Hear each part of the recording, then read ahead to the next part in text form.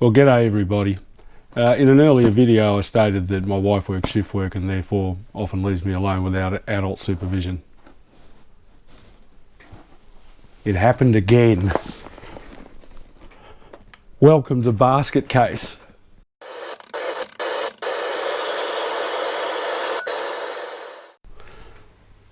Well, I guess I owe everybody an explanation. What's happened is, as you saw, we got the bike running and riding, but it was flooding really badly from idle up to about 1/3 throttle. It was choking terribly, which tells me that it was on the primary circuit.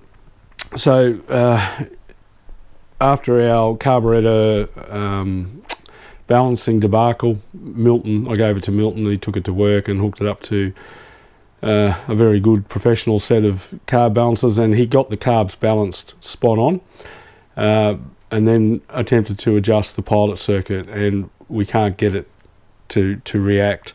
And as you can see here, this is coil bound. Now the reason is that a previous owner has jacked these screws down that hard that he's destroyed the seat in the bottom of the mixture screw. So try as I might, we can't get any reaction from the pilot circuit. So what to do? So I thought, well, I didn't want to be one of those guys. I told you blokes we could run these on pod filters. Fact is, you can. Do they like it? No. Will it always be a compromise? Yes. I mean, the constant velocity carburetors become fluttery when they're in a factory airbox with a bit of a velocity stack on them. It smooths the air out. It removes the pulses that you get by having individual air filters. And pod filters don't deliver the air in a way that CV carburetors like. But yeah, you can get it to run. And in fact, above 1/3 throttle, this thing went like a dog shot in the arse. The only problem was getting it there. It was a bit like a dodgy two-stroke with a wild power band. So you'd be on the throttle, bop, bop, bop, bop, bop, and next thing, bop, and your front wheel's coming off the ground. So I was determined to get them running, but at the end of the day, I've thrown quite a bit of dosh at these. I've had a couple of sets of carburetors. We've stripped them, pulled them apart. There's about 3 or 4 videos in this thing dedicated purely to carburation. And at the end of the day, I've been brought undone by some damage to the pilot circuit. So rather than continue to throw good money after bad and then put them on a dyno and spend more money on jets and mucking around and getting them right, I decided to bite the bullet and go and buy a brand new set of carburetors. And this is what I decided to come up with. So I got on the blower, I did a bit of research, got on the blower to the good people up at Mikuni Oz in Queensland. Pete Pendlebury, you nearly gave it away. You should work for ASIO, brother. You and I were thinking down the same lines. So I guess that Tom up at Mikuni Oz was rubbing his hands together because he thought, oh, these XSs are coming out of the woodwork. But yes, so like I said, I've bought a set of RS flat slide smooth bore racing carburetors, and I might just pop it all out of the box now and we can have a good look. So this is them. So Mikuni flat slides come with several different options, starting at about 20-something millimetre diameter throats up to 40-something millimetre diameter throats. These are a 36. I could have gone for a 38, but they're sort of more aligned with drag racing and GP bikes. These will deliver awesome performance, but give me a little bit more of that low down grunt that we have nice twisty windy roads in Tassie. Want to make the most of it. Now they don't come configured for an XS1100. I made some inquiries with Tom at Mikuni Oz, and he said if you give me your centre to centre measurements, we should be able to provide you with something that you can adapt. They don't actually sell kits for XS11s. So the measurements on these are, I think it's 77, 90 something, 77. They're designed to fit a Katana or other Suzuki models. but they provide some adjustment on the bottom, and what they do now is the end user, me, needs to make the changes to bring it back to the 77, 85, 77 measurement that we require for the XS1100. Now the other change that I'm going to need to make is that these come with a push-pull cable, whereas the XS11 obviously only has a pull cable. Now I could set it up with just a pull cable, but they don't recommend it. They recommend a push-pull because you want to guarantee that you're closing that slide. So I bought a twist throttle as well. It's a Mikuni job. They sell them out of Mikuni Oz, and the appropriate cables. They also come out of the box with bits and pieces, because these are sold to fit particular model bikes, so they have idiosyncrasies. Some of the Suzukis need to plug some hoses, and you know, there's T-pieces for those that only have one petcock, and there's clamps, and there's also jets in there. Now I'm going to be checking what jets are in this one. I looked in their booklet that they give you an owner's manual, and it comes with applications, and looking through here, the RS36 D8K was built to fit the Yamaha XJ1100, and it has the 77, 85, 77 configuration. Same carburetors. This kit is the D3K, and it's designed to fit the GSX 600, GSXR 750, GSXR 1100, GS 11 to 1150, and the KZ 1000 to 1100. So it's 77, 93, 77. Spigot diameters are the same as the XS, 42 millimeters. The jets change. So in the bigger bikes, they recommend running a 130 jet. In fact, the one that was configured for the FJ1100 was also a 130 main jet, and this is with modifications 1 to 2, and modifications 1 to 2 are aftermarket exhaust and aftermarket filters, get rid of the airbox. So that's what we're doing. So we will run the 130 jet. The needle clip position are all in the neutral 3 position. The needle jet is the same, P4. The pilot jet is the same, 17.5, and the pilot screw turns recommended is between 1/4 and 1/2, and that's all the same. So I'll make sure these are set up for the 1100 configuration, 130 main jets, and then we'll start putting them on the bike. The beauty of these are set up as race cars, so designed to satisfy the need from you know, the drag racing community and the GP bikes. They have quick change on the fly, so like if you're in a racing situation, you want to make adjustments, you pop this cover off and the needle adjustment's right there. It's very quick and easy. You don't have to strip your carburetor apart to do it. Also the adjusting screws for the carb balancing are under these covers as well. On the bottom side, you don't have to pull the bowl off to get to your main jet. You just undo this little this nut here, and your main jet's exposed. So all you have to do is drain your bowl, and then remove that bolt and replace your main jet. So nice and easy. All right, well I'm gonna set them up now, and we'll think about putting them on the motorbike. So I've managed to spread the carburetors apart, and the way that they configure it is that they give the center tube another couple of O-ring grooves. So I'm going to have to unpick those O-rings now, cut through that O-ring groove there, and reinsert the tube to make it a bit shorter. I have to cut this off here.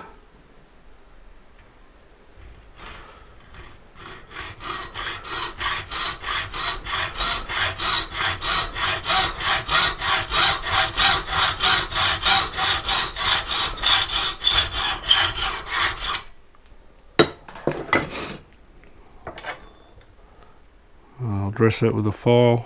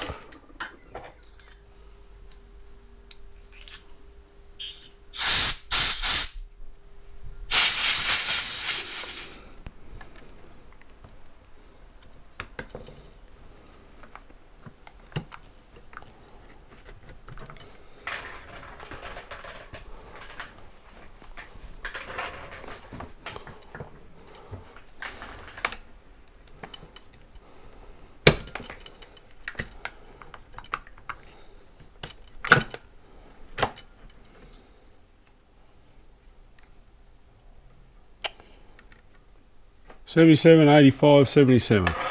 A couple of screws in the bottom to hold them in place for now while I do the rest of this.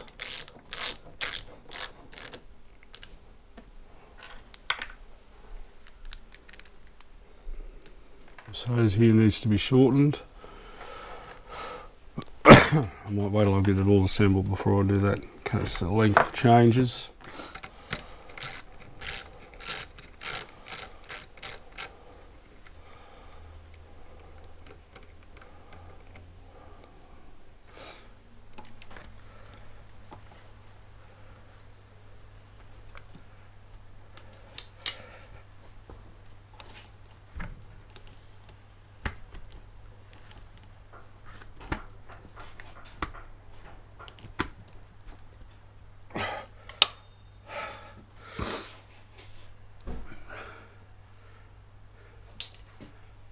Right, tighten those screws up.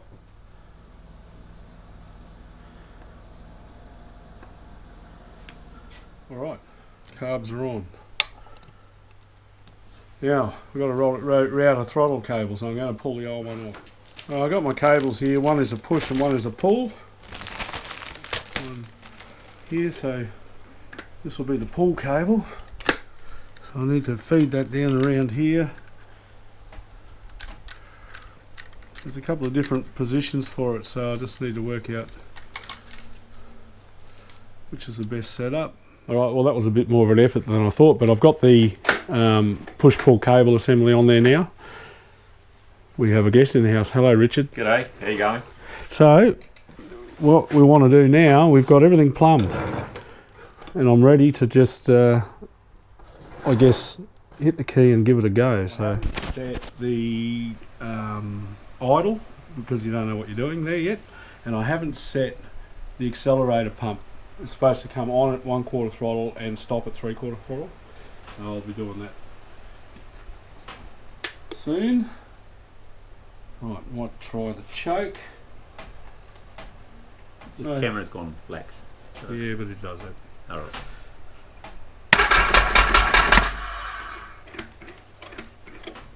You're supposed to pump that until you start getting fuel up there. Prime it until you start getting fuel up there. There we go. Squirting now. Yep. Yeah, they're all good.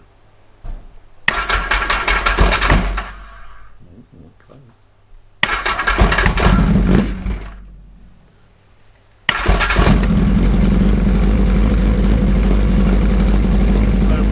Sorry, this hasn't been a very informative video. I've been more head down, ass up than walking through the issues that I've been having, and there's been a few. So they're on the bike, they're running, and they're running well. Couldn't be happier. Took it for a bit of a squirt around the block. Seems to be horsepower gain and rideability, so I can ride it now right through the whole throttle range. But I've just had to try and readjust these cables. They weren't right, the push-pull. So I've got that sorted now, a little bit of back play, but not too much. And then I've been adjusting the accelerator pump, because these things have, I'll poke in, you're going to go sideways. I don't even know if you can see. There's a bar here, that's part of the plunger for the accelerator pump. I'll turn the throttle. It's meant to come on at 1/4 throttle and stop turning at 3/4 throttle. So I've been adjusting that.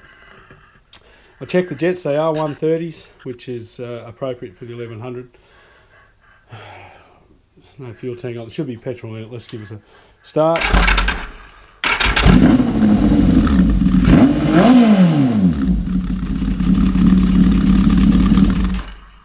This thing's awesome, so really good, really. Alright, so that's it.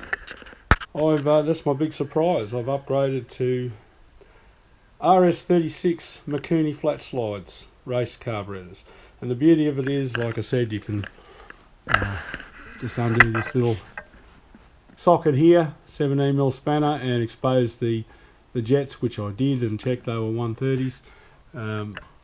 You undo this cover here and you've got the needle adjustment, nice and simple there, and there's your primary circuit adjustment. So these are these are pretty well good to go now. I could certainly take them to be tuned by someone with the right sort of equipment to do a really good job on them, and I'm sure that they can be dialed in a lot better. But for now, I'm just going to ride it. If it starts to give me grief, I'll have it looked at. But no, I'm really happy. Good upgrade, worth a lot of money, but I figured I was just going to keep throwing good money after bad anyway, and there's no going backwards.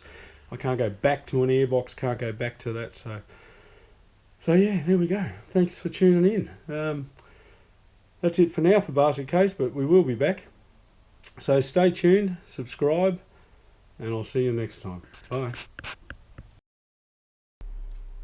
Alright guys, I just wanted to give you a bit of an update on the flat slides. They are performing beautifully. I've done over 100 kilometers on the bike now, and I can't fault it. It's just so indescribable. So if you're thinking of getting rid of your airbox and making these types of alterations, or you're looking for some of that mid-range power gain that these things can deliver, I'd certainly recommend them. One of the things that was proving a bit problematic was the vacuum advance. So what I did, because it's very sensitive, and I ended up just plugging it onto the second position manifold. I'll need to reroute that pipe because I think I'll tuck it up under there. But the vacuum advance was bouncing around even at idle, and I thought the best way to control that, I got the idea from the carb balancing gauges. And I went down to the local hardware store and I bought a packet of these little ball valves for drip irrigation, and I've mounted one, it's hard to see in this light, but I've mounted one in line here. And all I did was I just slowly cracked it in until they stopped bouncing. I have a bit more of a rev to check the vacuum advance was working, and it was, but not as well as it should. So I just opened it up a little bit. You just got to get it just on that border where it wants to stop bouncing, but it still gives you full advance. But that works perfectly fine. I'll mark that with a paint pen now, so I can go back to it if I need to. We'll see whether or not it stands the test of time, but it seems to be a workable solution. So the vacuum advance is really good now, and it's a noticeable difference on the bike. So yeah, that's it. Just thought I'd give you that quick little update. Thanks for watching.